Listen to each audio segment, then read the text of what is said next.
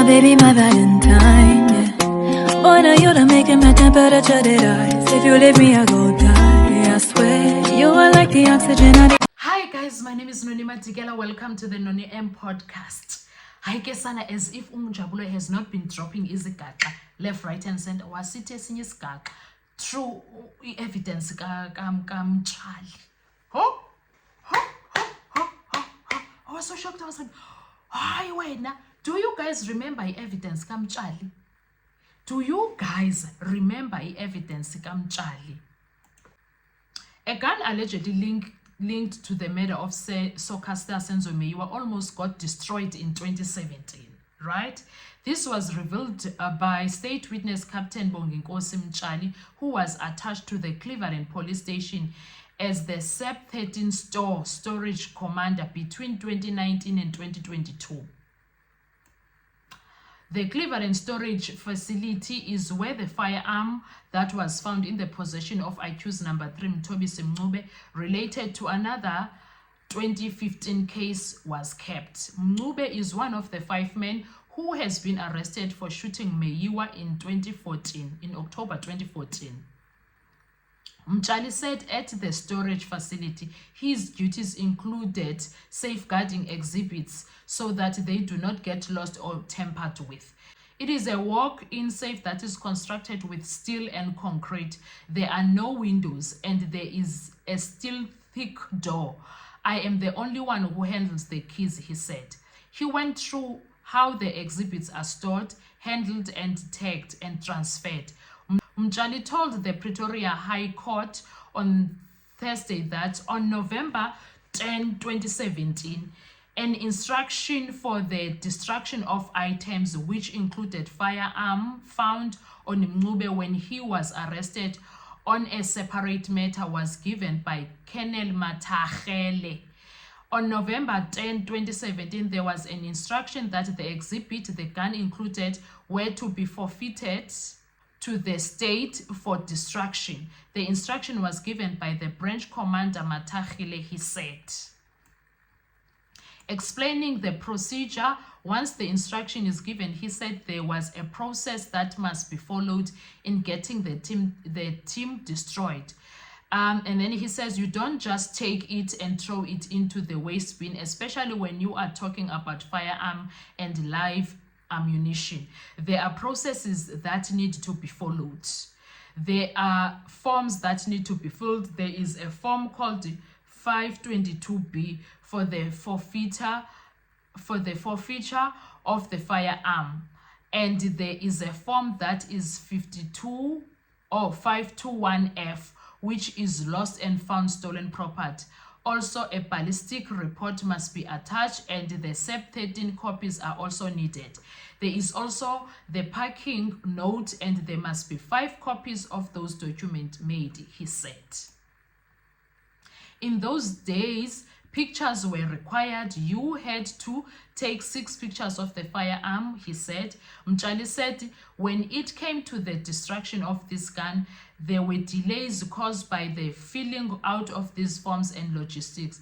The instruction to destroy items came from the provincial office in Johannesburg. He was stationed in Cleveland and the destruction was to be done in Pretoria. He told the court that had there been no delay and had instruction to fill in the forms came earlier, it would not be here in this witness box. That gun would have been ash already.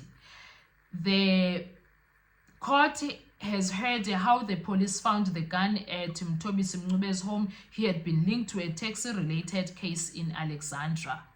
Okay, that's what Mtshali told the court regarding the firearm. Now, why was I going through that? Because Unjabulo now comes and tells us another piece of information about that firearm. He says that he spoke to accused number 3. I don't know why. I mean, yes, why, how, and when. That's none of our business now, is it? So now we are just making content and we don't create news, we just report them. That's what we're doing here. So he says that he spoke to him, and accused number 3 is saying that yena For that Alexandra Cleveland case, he was sentenced 2017, June the 27th. And on that same day, he filed, his lawyers, his private lawyers, filed for appeal. And everything was done. So that means everything that has to do with that case will be held. There can't be an ashing process that is done to that firearm. And I was like, Aibo Njabulo, what are you saying now? So if everything was filed at that time, then how did this instruction come? Is that why perhaps there was a delay, because this instruction comes and then there is that thing of appeal that is happening on the other side? Perhaps is that why there was a delay in destroying the firearm? Is that the delay is that why there was a delay to destroy, because there was an appeal linked to that firearm, so it needed to remain? Maybe that's why, I don't know. But what I found strange is that the instruction came from the provincial. The instruction came from also Matache, that I suppose he got it from provincial offices. That was very strange, guys. That was very strange. Ukuthi bafuna into that is busy. Hey, ikhanda lami liyaduma, okay? Ikhanda lami liyaduma. You know what, Sispet? Having said that, on that thought, let me tell you something that is probably hot. Maybe I may have spoken about it. Do you know accused number 3, Tobis Mncube? He says that he was convicted on the matter he's serving. The conviction was 2017, June 27, at the Johannesburg High Court. He says when he was convicted, he then, his lawyers, his private lawyers, he was having private lawyers. Private lawyers also had prepared an appeal papers. They filed them on a judge that was presiding on a matter. The appeal, his appeal was listened on the same date that the conviction was done.